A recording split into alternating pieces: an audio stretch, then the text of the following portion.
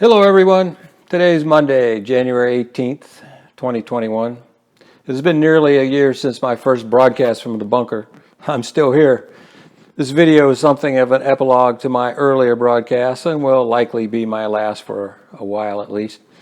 These videos take quite a bit of time and effort, but I accomplish my mission.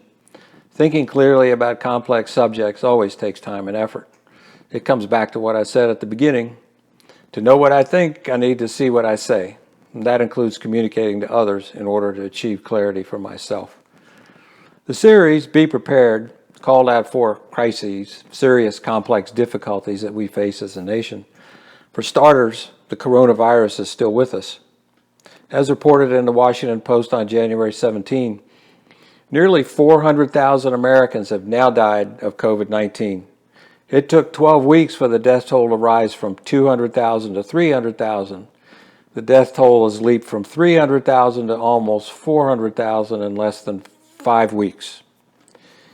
Now, with more than one of every 1,000 Americans dead from the virus, a University of Washington model that predicted the current totals forecasts 567,000 U.S. deaths by April 1, a number that could jump above 700,000 if mask mandates are eased in the interim. Now think about that. Even though vaccines are now available, the situation will most likely deteriorate in the next few months before it improves. The New York Times points out average daily U.S. deaths from the virus have risen well past 3,000. And the Centers for Disease Control and Prevention has sounded the alarm about a fast-spreading, far more contagious variant of the coronavirus. The new variant is about 30 to 50% more contagious than the original, for children and adults alike.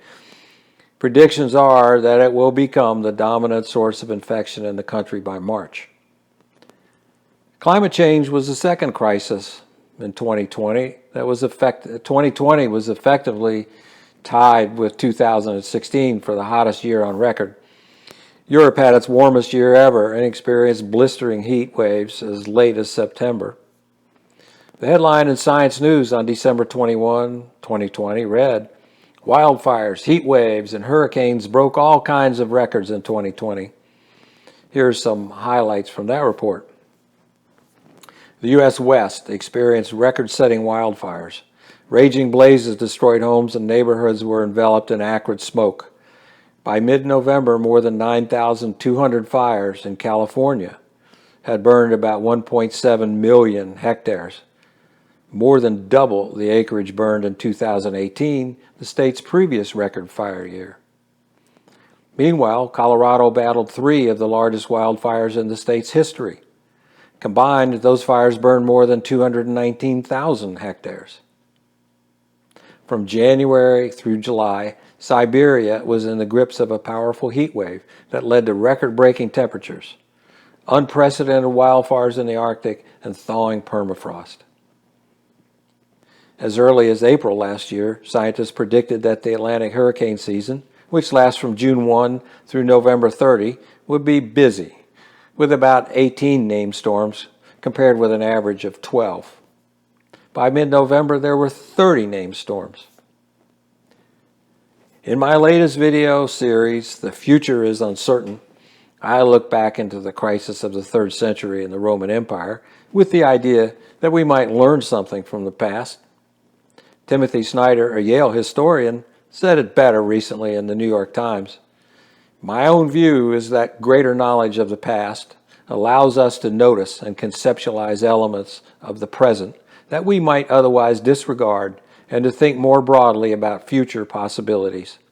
This is not because the present repeats the past, but because the past enlightens the present. In the conclusion to The Future is Uncertain, I did state that we face something of a crisis of the 21st century. Structural defects have been revealed in our democracy, and modern technology has disrupted the process of agreeing on a foundation of facts and objective truth. Timothy Snyder says we live in a post-truth society where everyone thinks his or her opinion is equivalent to fact.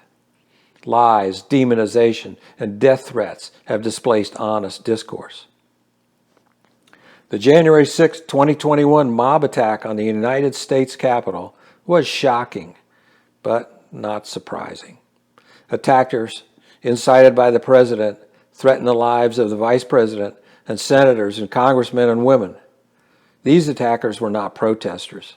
They were an angry mob that stormed the Capitol of the United States, intent on disrupting the government process and overturning the legitimate election of Joe Biden as the 46th President of the United States. Look at these pictures of the mob. Are these the kinds of people that you want to have the final say as to who will lead the country? Three aspects are particularly disturbing. The first and most disturbing is that the incumbent President of the United States would even attempt to overturn the results of the election, which he lost, and based upon the lie that the election was fraudulent. Even after all legal arguments had been rebuffed and individual states had certified the election results, Trump refused to acknowledge the result and to concede. Instead, he incited his followers for a rebellious march on the Capitol. The second disturbing aspect is that so many Republican lawmakers, both in the Congress and in the Senate, supported the effort to overturn the election results. These men and women knew the election was legitimate, that no fraud occurred, and yet deliberately and overtly perpetuated the president's lies. This is not a sign of a healthy democracy. And the third, but more understandable aspect is that so many Republicans are delusional. They actually believed the big lie that the election was rigged. Many, if not most, still do. And what did all this accomplish? Is there some kind of positive set of policy demands that motivated the mob?